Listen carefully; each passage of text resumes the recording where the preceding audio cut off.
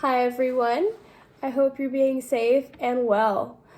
My name is Miss T and I am going to be doing a science lesson with you guys today. Because of the coronavirus, we can't be teaching this activity in person like we normally would, like in science and math family night. But because we are lucky enough to do it over video, this is what we decided to do. My lesson is for teachers, for students, whoever would like to watch it and complete this activity with me. You are more than welcome to, so let's get started.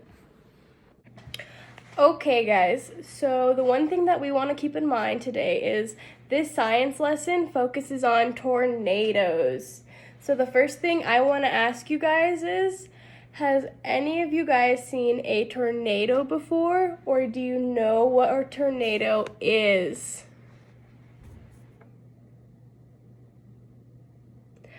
All right, good job guys. So now we're going to talk about what a tornado is. So what a tornado is actually it's a storm, and it's when rotating winds go really fast, and it could actually be strong enough to pick up cars, houses into the air. So yeah, that is super strong of winds. What a tornado looks like is something like this. So yeah, as you can see, it can get really big, and you want to take caution when a tornado comes in your area. So another question I would like to ask is, where do you think tornadoes are usually created? Where do you think they typically happen?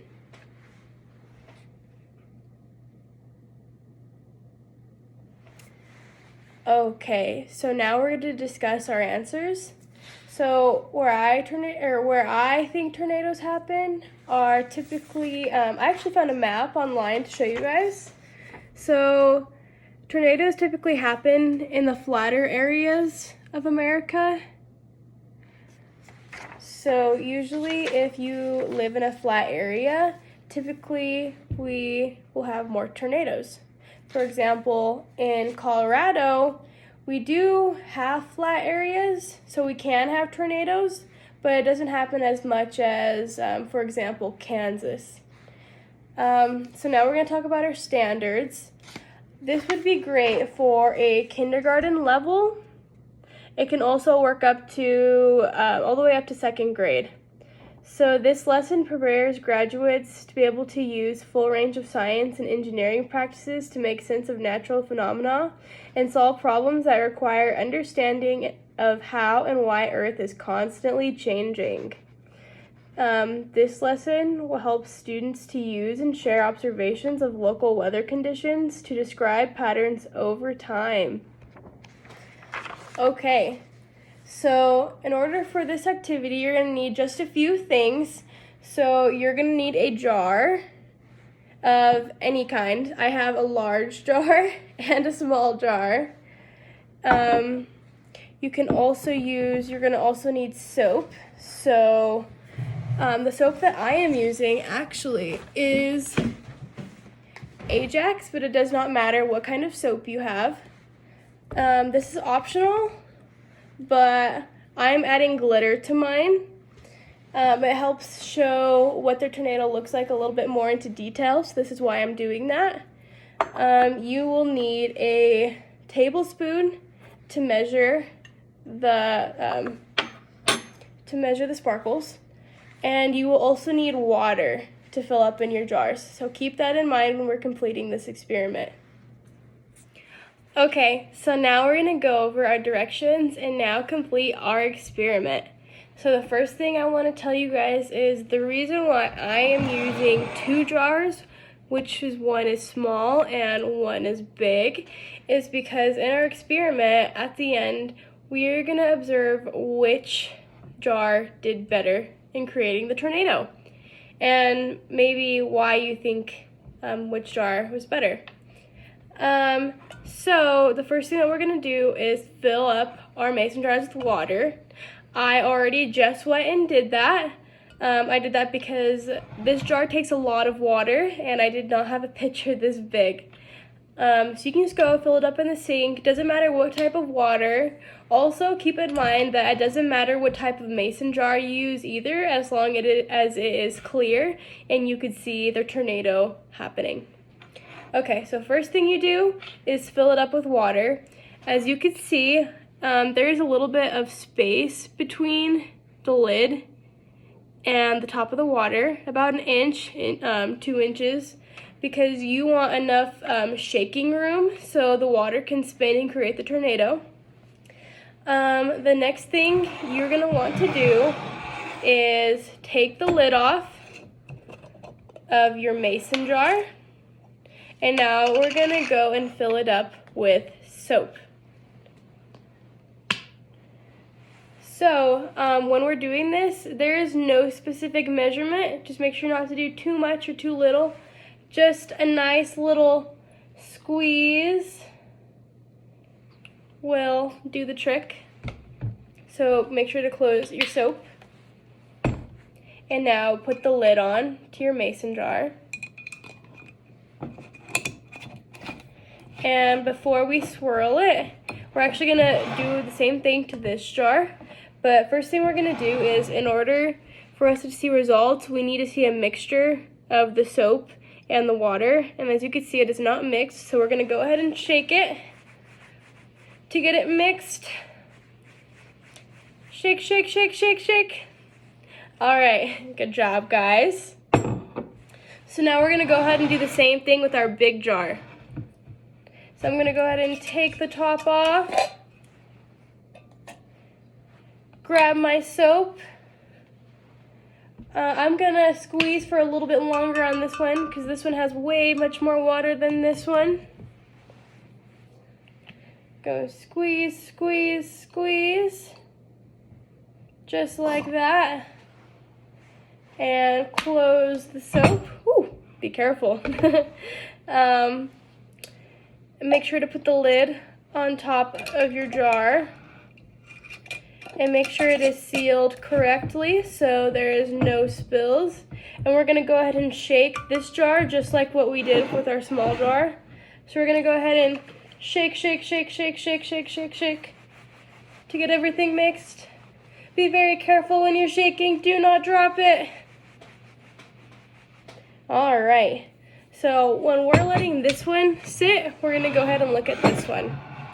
So there is a reason why I did not put glitter in these jars, is because glitter works very well, but in camera, you cannot see the tornado as well when you put in the glitter. In person, it looks very good, but in camera, you cannot see the tornado very well. So as I said before, glitter is optional. It is completely up to you. It is not needed, but it does help with the tornado. So we're gonna go ahead and start with our first tornado, which is the small jar. So before we shake, we're gonna grab the top. This is how we are learning how to shake our tornado properly. So the first thing that we're gonna do is grab with one hand the top of the jar and with our other hand the bottom of the jar, and we're gonna swirl it in circular motions in order to see the tornado. And we're gonna swirl it for about 5 to 8 seconds, and then this is when we will see our results. So we're gonna do this with both jars. Okay, so I'm gonna go ahead and start with my first jar. Remember, one hand on the top, one hand on the bottom, circular motions. Okay, so go ahead, and I'm gonna start shaking for 1, 2, 3, 4, 5. You can go ahead and see our tornado forming. It is disappearing, but as you can see, our tornado was created. So we're gonna go ahead and shake it one more time so you guys are able to see the results. So remember, one hand on top, one hand on bottom, circular motions, and let's get started. Okay, 1, 2, 3, 4, 5. Look at that tornado. So you see that little circle going up of the water? That is called a vortex. And what happens with tornadoes is a vortex is formed, and that is the main point of the tornado. All right, so we could do this one more time in order to compare results.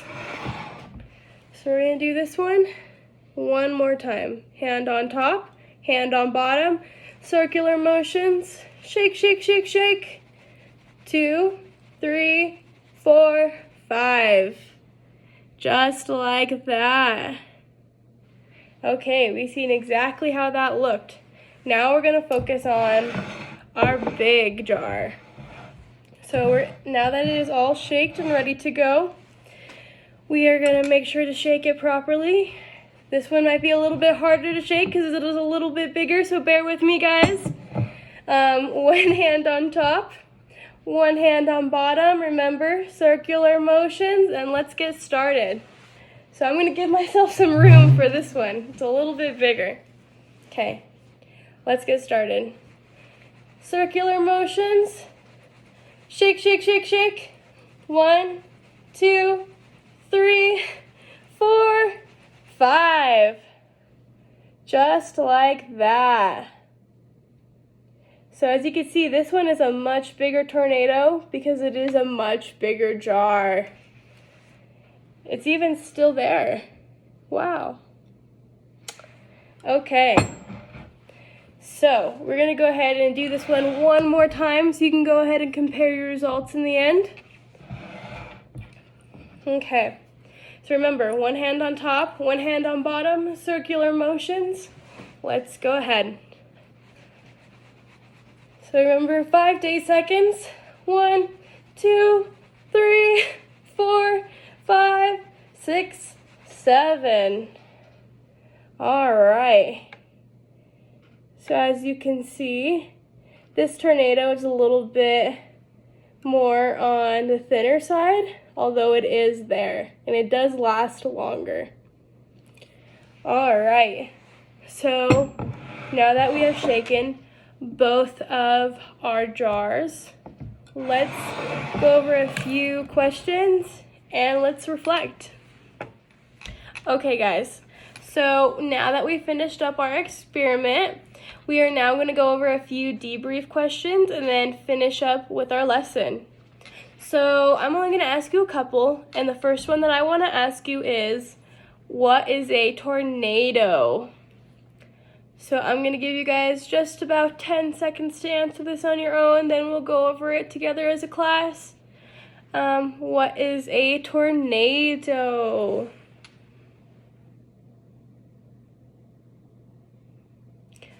All right, guys.